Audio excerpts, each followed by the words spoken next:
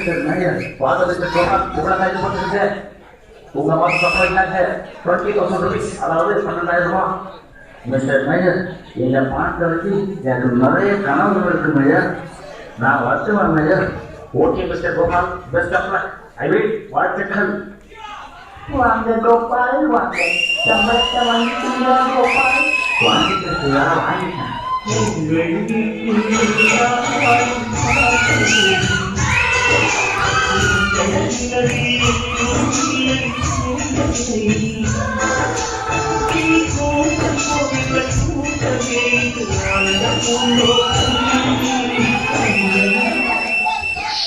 நீங்க பார்த்தாச்சு என்னன்னா பணம் தெரியுமா? ஈஸியாக ஒரு பெரிய இன்டர்நேஷனல் ஏர்போர்ட் கட்ட போறேன். அப்புறம் ரஜினியை வச்சு சிச்சிலோவை படம் எடுக்க போறேன். அப்புறம் ஐயோ பாவம் அந்த ஜப்பான் மக்களுக்கு ஒரு 1000 கோடி ரூபா இல்லை கொஞ்சம் நிதி உதவி செய்யப்படும். இதெல்லாம் படிக்குமான அந்த அண்ணாமலையாத்தான் வச்சுக்கா.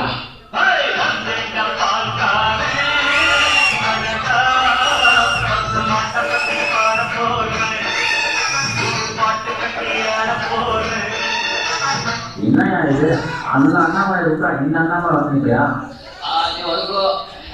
எனக்கு தெரியல பார்த்து இல்லை தம்பி, உனக்கு எவ்வளோ பணம் தரணும்? மொத்தம் 3000 சார். அது 3000 எப்படிப்பா? ஒரு நாளைக்கு 10 ரூபா வச்சாலே 300 ரூபா தான் போகணும். ஐயோ பக்கத்தில் இருக்க பால்வாடிக்கு நான் பாதுகாப்பட்டேன். அதுக்கு சுவாசம் யாருமா? உன் பிள்ளையா கேட்டா என் கேர்ஃப்ரெண்ட் இருக்கா சொல்லி சொல்றாயா? ஆஹா, பால்வாடி டீச்சர் நாம கரெக்ட்மான்னு பார்த்தா நம்ம பையன் பாக்கெட் போடுறாங்க. ஐயோ டீச்சர் மட்டும் பரவாயில்லையா? அங்க படிக்கிற பசங்கள்ல இருந்து சத்துணவு 6 வரைக்கும் விட மாட்டேங்கிறாயா? கவாஸ்கர் பேர் வை நல்லா பால் விடலான்னு சொன்னாங்களே, அதுதான். யோ பை பாஸ்கர், இவர் பாஸ்கரியே கோபால். Gavaskar mummy milk. ஐயோ சரி போய். அண்ணே தேங்க்யூ. வசமா சார். இந்த பால்காரன் என்ன டென்ஷன் மாட்டானே. மாணவர் டீ என்னன்னா இவர்கிட்ட டீயே குடிச்சா மறுநாள் எனக்கு பால் தான். நம்ம டீ கடையே போவோம்.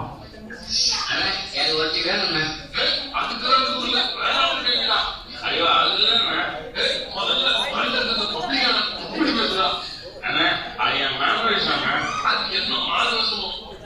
ஐயோ தாங்க முடியலையே.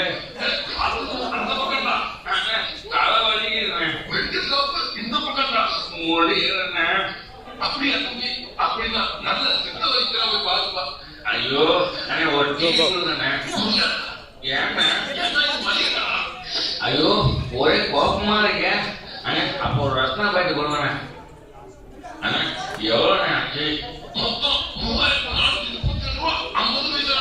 என்ன சொல்றீங்க? ஒரு ரத்னா பாய்ட்டு வேலை இவ்வளவா? ஐயோ போன மாசம் மட்டும் உன் பையன் வாங்கின மொத்த புத்தகத்தோட இன்னும்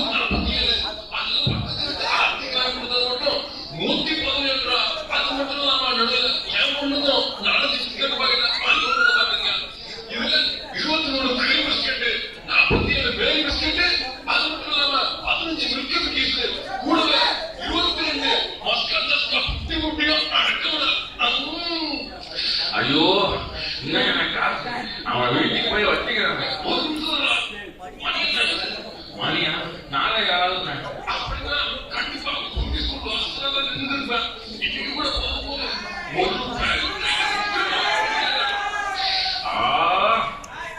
ஐயோ இப்படி எல்லாரும் என் தாண்டை போயிட்டே இருக்காங்க. அப்போ என் கணவன் என்னதான் ஆகுது? நான் வீட்டுக்கே போறேன். வீட்டுக்கு வர்றதுக்குள்ள எவ்வளோ சொல்லலாம் சாமி. கோபால் யார் வந்திருக்காங்க பாருங்க கோபால். ஐயோ சார், போன வாரம் நீங்க செத்து போட்டேன்னு சொல்லி என் பையன் லீவ் போட்டாங்க.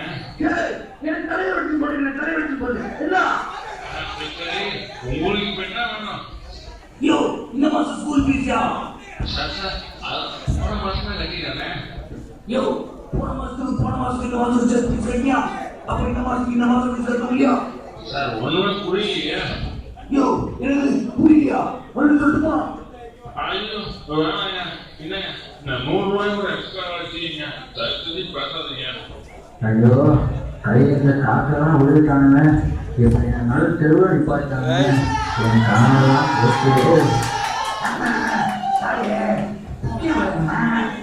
யோ, என்கிட்டயே 10 பைசா கூட இல்லையா?